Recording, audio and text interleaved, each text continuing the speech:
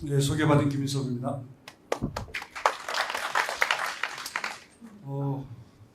먼저 제가 미술계에 처음 들어온 게 미술 전문지 기자 생활을 이제 시작을 한 게 1994년 말, 95년부터 시작해서 보았던 기억으로 보면은 이런 논의가 사실 굉장히 많이 있었는데 이렇게 법안까지 연결되기가 30년 걸렸다는 생각이 들어요. 최소한 제가 아는 범위 내에서. 그 전에 더 걸렸겠죠. 그래서 오늘 너무 그 뜻깊은 자리에 있게 돼서 너무나 감사한 말씀 먼저 드리고요. 그리고 또 첫 번째 처음에 김영순 관장님께서 모두 발언하셨던 그 부분에 전적으로 공감을 하면서 이제 시작을 하도록 하겠습니다. 오늘 말씀드릴 부분을 소결론을 먼저 말씀을 드리면 이 법안들이 지금 반복해서 지적을 하고 있습니다만 미술진흥법보다는 마치 미술품진흥법인 것처럼 인식이 되는 것은 아마 우리가 떨쳐낼 수 없을 것 같습니다. 아마 현물유통 중심으로 시장 중심이기 때문에 그렇게 잡아서 그렇지 않았나. 결국 궁극적으로 우리 논의 이후에 나가야 될 방향은 향유 기반을 확대하는 그러니까 미술문화진흥법의 성격으로 우리가 나가야 되지 않을까라는 생각이 듭니다. 그러기 위해서는 당연히 대국민 인식 개선이 뒤따라야 되지 않겠나. 그런 의미에서 한번 여기에 논의된 부분들을 몇 가지 사항을 제 의견을 덧붙이겠습니다. 사실 지금 논의를 되고 있고 이게 굉장히 저희가 지금 핑크빛으로 이야기를 지금 나누고 있습니다만 냉정하게 현실적으로 볼 때는 이 수혜자가 과연 우리 전체 미술인들 중에 몇 프로일까라고 냉정하게 생각을 해보시면 미술법 발의는 미술인들의 100%를 목적으로 두고 있지만 실질적으로 제가 보기에는 미술인들의 한 3% 미만이지 않을까 아주 넉넉히 봐도 만약에 추구권이라든가 냉정하게 추구권에 해당하는 수혜자의 작가나 유가족이 전체 미술 인구에 얼마나 차지할까 실질적으로 우리가 카운터를 할 수 있는 유통 카운터에 잡힐 수 있는 작가 그건 저는 절대적으로 1% 미만이라고 봅니다. 그랬을 때 이게 과연 우리가 99%의 부분들이 결여될 수 있는 상황임에도 불구하고 그 1, 2%를 앞세워서 이렇게 얘기해야 되는가? 당연히 필요하다고 봐요. 왜냐하면 그거로도 시작을 해야 되니까. 그랬을 때 당연히 빠른 속도로 나머지 99%에 대한 가치 수혜 균등성 이 부분들을 논의해 나가려고 한다면 기필코 향유 기반을 어떻게 동시에 확대해 갈 것인가에 대한 고민을 동시에 가져가야 된다라는 생각이 듭니다.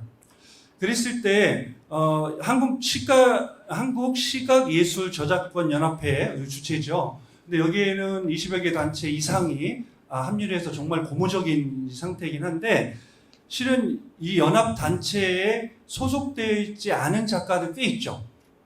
근데 재밌는 것은 이 추구권이나 기타 등등의 수혜를 직접적으로 지금 당장 실효성을 발휘할 만한 작가군은 사실 단체에 많이 소속 안 되어 있죠. 그런 부분들과 그리고 미처 소속이 안 되어 있는 개별적인 활동하는 작가군이라든가 약간의 그 장르 간의 혼합으로 인해서 좀 확대된 상태에서 미술인들이 성격도 많이 확대됐잖아요. 정의가.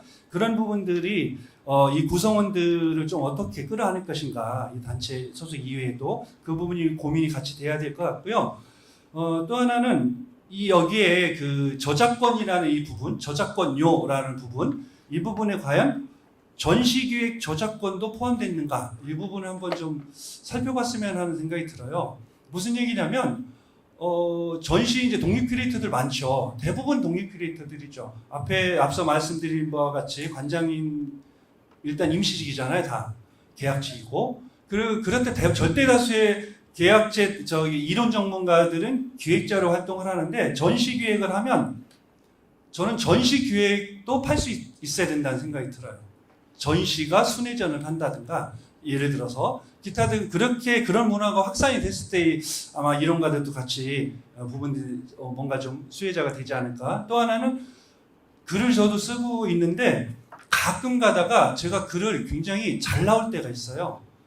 글을 대부분은 뭐 시원찮게 나와도 그러면은 글을 아주 잘 나온 글을 이제 작가나 어디에 주면은 그 글을 두 번째, 세 번째는 부탁을 안 하고 그 글을 재사용을 할 때가 많더라고요. 그 글 너무 좋다고.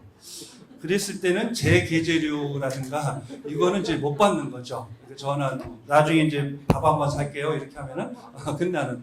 그랬을 때 추구권처럼 글이 만약에 재계재라든가 재사용됐을 때 거기에 대한 원고료라든가 이런 부분들은 논의가 됐을까, 이런 상태에 좀 원천적인 그 원론적인 이야기들을 좀 더 같이 가졌으면 하겠다는 얘기고요.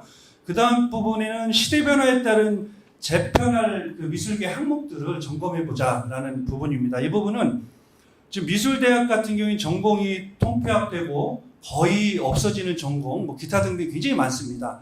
저는 이 부분이 정원 줄이기로 하다 보니 저는 그런 쪽으로 가는 것보단 현재 전공자들에 대한 성격들을 조금 시대 변화에 따라서 재조정이 돼야 되지 않을까. 지금 전공 부분은 아마 한 해방 이후에 생긴 그것을 그대로 따라왔죠. 지금도 이제 서양학과, 동양학과, 뭐 무슨과 이런 부분들은 아마 진짜 수십 년 이상 됐을 겁니다. 근데 그게 과연 지금 유효하냐?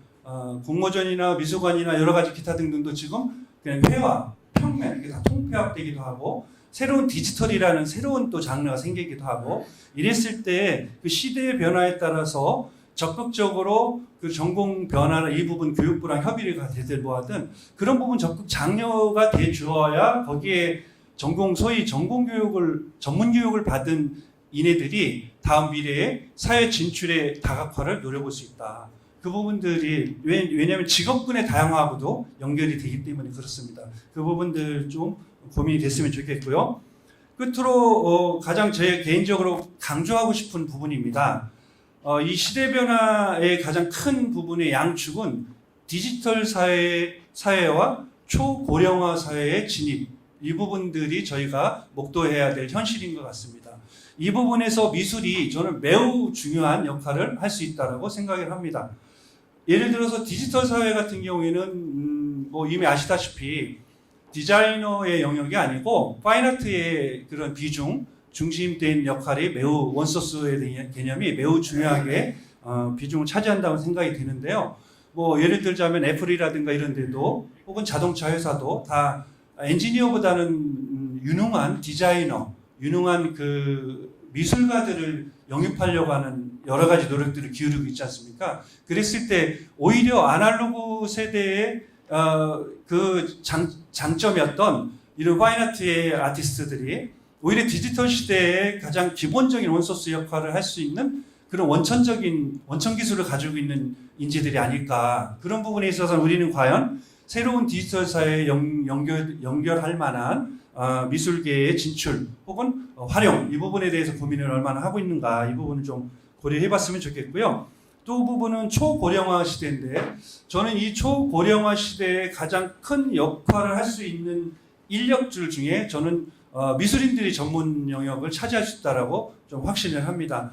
예를 들어서 지금은 생계형 복지에서 문화형 복지로 전환되는 시점이기도 하고 이미 도입됐다고 진입했다고 생각합니다. 이랬을 때 우리는 언제까지 사회복지사에게 이렇게 그 손을 내밀 것이냐. 그건 생계형 복지 시대에 있었던 사회복지사죠. 지금 문화형 복지 시대에는 저는 문화복지사의 역할이 좀 더 크다. 오히려 도시락 나눠주는 것 못지않게 그네들과 그 소외계층이나 고령층이나에게 미술 전람회를 예를 들어서 같이 봐주기도 하고 미술 이야기를 나눠주기도 하고 혹은 뭐 기타 등등 요즘 뭐 치매 예방을 위해서 그림 그리기도 한다고 하는데 뭐 여러 가지의 미술인들이 할 수 있는 저는 그게 굉장히 많다고 봅니다. 저는 이게 가능하려고 한다면 아까 역산으로 돌아가서 미술대학이라든가 이런 교육 체계부터 같이 아까 다각화를 위한 노력이 연계돼야 된다는 생각이 들어서 이런 부분들에 대한 법적인 하나의 제도적인 마련과 그 부분들을 좀 더 뭐 여기에 의원님도 계시집니다만 입법에 관련된 부분들이 좀 더 좀 적극적인 자세를 전환을 해서 교육부 혹은 기타 관련 부서가 있다면 협력을 좀 주도적으로 해주시면 어떨까 그런 생각을 해봅니다. 제 말씀드리는 이 부분의 결론은 앞서 모든 말씀하신 부분들에 당연히 공감을 하고요. 저는 현장에 있을 때 느낀 부분은 미술 이론가 혹은 전문가 미술인들이 제대로 이렇게 제 역할을 해나가려면 주변 환경 생태계를 좀 더 건강하게 하는 주변부를 신경 쓰자, 이런 부분들을 조금 더 구체적으로 말씀드렸습니다. 고맙습니다. 네.